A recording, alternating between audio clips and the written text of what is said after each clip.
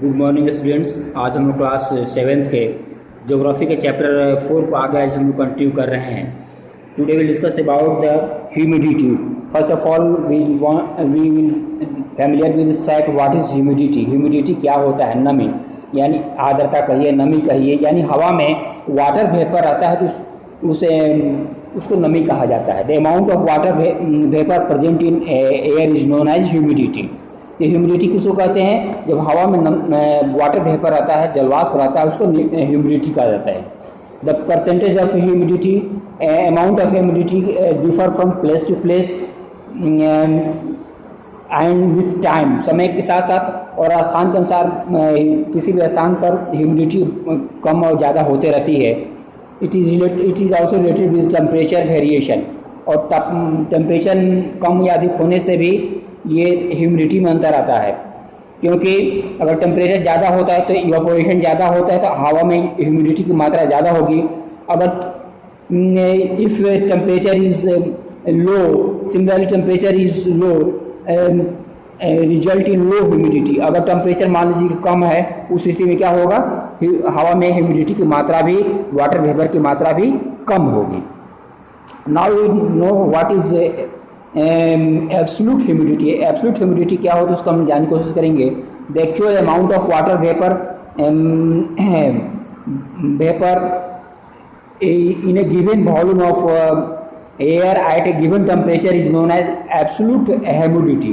एक दिए तापमान पर हवा में जो वास्तव में जो नमी की मात्रा होती है उसको एब्सोल्यूट ह्यूमिडिटी बोला जाता है। It is measured in the gram per cubic metre. Absolute humidity को ग्राम पर क्यूबिक मीटर के द्वारा मापा जाता है। इसके बाद हम देखें रिलेटिव ह्यूमिडिटी क्या होता है।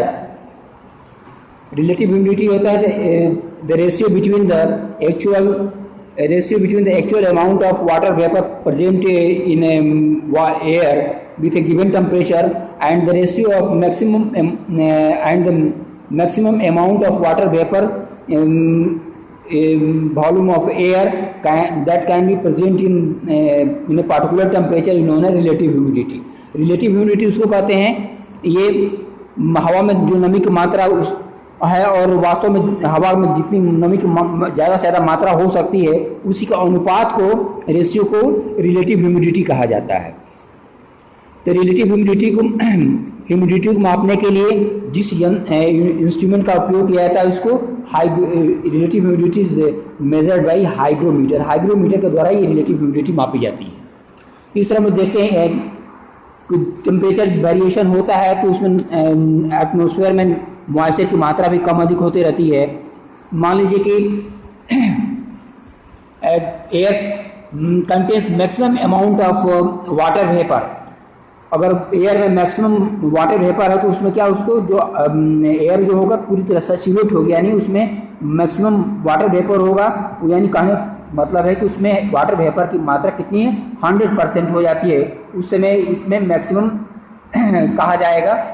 और ये टेम्परेचर के आधार पर घटते बढ़ते रहता है। जब the temperature at which the air get saturated is known as dew point. जिस टेम्परेचर पर हवा जो है पूरी तरह से सैचुरेट हो जाती है, यानी maximum amount of water vapour उसमें रहता है, इसको ड्यू पॉइंट के नाम से जाना जाता है।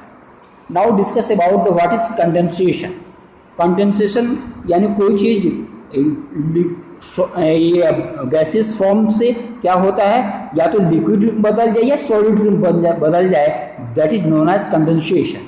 मान लीजिए कोई चीज़ हम when that temperature of saturated air fall, मान लीजिए कि सैचुरेटेड एयर है, उसमें maximum amount of water vapour है, उसका टेम्परेचर गिरता है, क्या होता है? ये गैसेस फॉर्म में जो हवा है धीरे धीरे उसमें लिक्विड रूप में कुछ न कुछ बूंद के रूप में बन जाता है।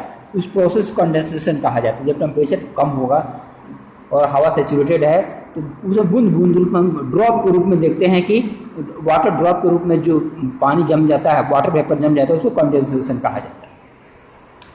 तो now discuss about the different forms of condensation. Different forms of condensation में हम देख सकते हैं, उसमें पहला होता है क्लाउड।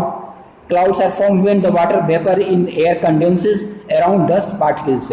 वाटर वेपर कब बनता है? जब हवा में डस्ट पार्टिकल के चारों तरफ जो वेपर है धीरे धीरे कंडेंस होकर डस्ट पार्टिकल पर जमा होना शुरू हो जाता है, उसे क्लाउड बनता है, उसको क्लाउड कहते हैं। According on the basis of their appearance and height in which the आकर clouds can be classified into 4 parts. तो ऊंचाई के आधार पर और उनकी बनावट के आधार पर क्लाउड को 4 भागों में बांट सकते हैं। पहला होता है साइरस क्लाउड, दूसरा स्ट्रेटस क्लाउड, तीसरा कैमुलस क्लाउड और चौथा हो जाता है निम्बस क्लाउड। ये 4 तरह क्लाउड हो जाते हैं।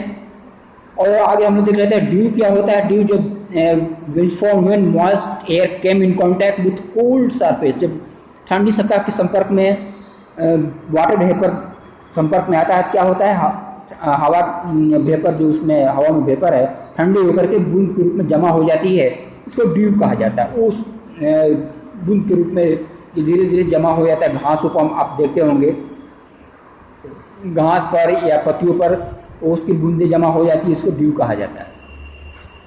Frost is form when due occur in the form of ice crystals. Frost कब बनता है, जब आइस क्रिस्टल के रूप में वाटर वेपर बदल जाता है।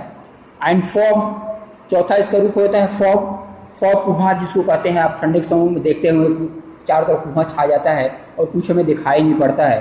Fog is form when condensation take place in lower layer of the atmosphere, यानी वातावरण वायुमंडल के निचले स्तर पर जो वाष्प जो है ठंडे हवा के संपर्क में और सतह के संपर्क में आकर के बूंद बूंद के रूप में हवा के साथ ये डस्ट के साथ मिल करके ये क्लोज कॉन्टैक्ट ऑफ लैंड जो होता है वाटर बॉडी के साथ मिलकर क्या होता है, जो वाटर वेपर होता है धीरे धीरे जमा हो जाता है। अब ठंडे के समय में देखते हैं कि बहुत सारे वाटर वेपर जमा हो जाते हैं और हमें कुछ दिखाई नहीं पड़ता, उसको फॉग कहा जाता है। तो इस तरह हम देखते रहते हैं कि वाटर वेपर जो हवा में सैचुरेटेड माने बहुत ज़्यादा maximum amount of water vapour आता है और ये धीरे जब ठंडा होता है तो किन किन रूपों में आ जाता है। हमने देखा क्लाउड बन जाता है, ड्यू बनता है, फ्रॉस्ट बनता है और अंत में हम देखते हैं फॉग बन जाता है, कुहां जिसको कहते हैं।